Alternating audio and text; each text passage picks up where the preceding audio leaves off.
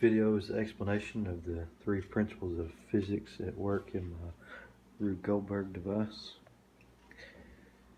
You can see the conservation of energy, namely gravitational potential energy and kinetic energy, at several places throughout my device. One of these is in the marble roller coaster ramp. Up at the top, it has a great deal of gravitational potential energy, but no kinetic energy. As it rolls down the ramp, the potential energy is then converted into kinetic energy. When it reaches the bottom, it has no more potential energy, and all but the same amount of potential energy that it did have is now kinetic energy. Then convert some of that kinetic energy back into potential energy as it jumps up to strike the dominoes.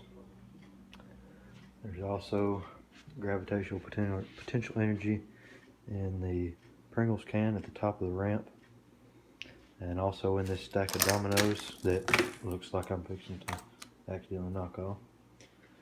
But the stack of dominoes that was up here had potential energy, and as it fell, it was also converted into kinetic energy, which pulled out the little keyway that allowed the Pringles can to start rolling and convert its potential energy into kinetic energy.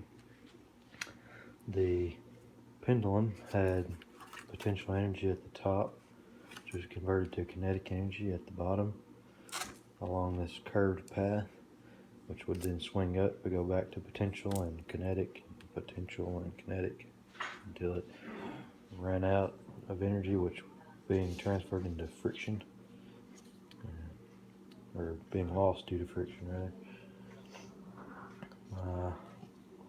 The stylus on the little pivot has potential energy up here because it's at the top of the tilt, and it's converted to kinetic energy as it goes around to strike the phone, which would have been right here.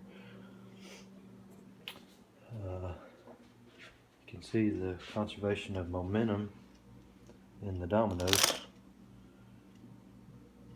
where there's the momentum of the first domino is transferred to the second, to the third, all the way up to the end.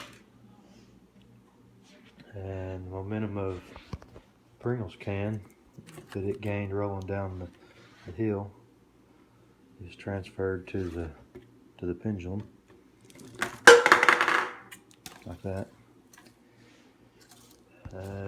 Newton's second law, I could also apply that to the Pringles can, saying that the force that the can applies to the ball is equal to the mass of the Pringles can times the acceleration of the can down the ramp.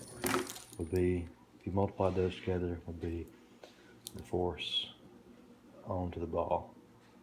And of course, I'm sure you could apply the same thing to many others. You could say that the force of the marble on the domino is equal to the mass of the marble times the acceleration that it gained in the x direction from the ramp.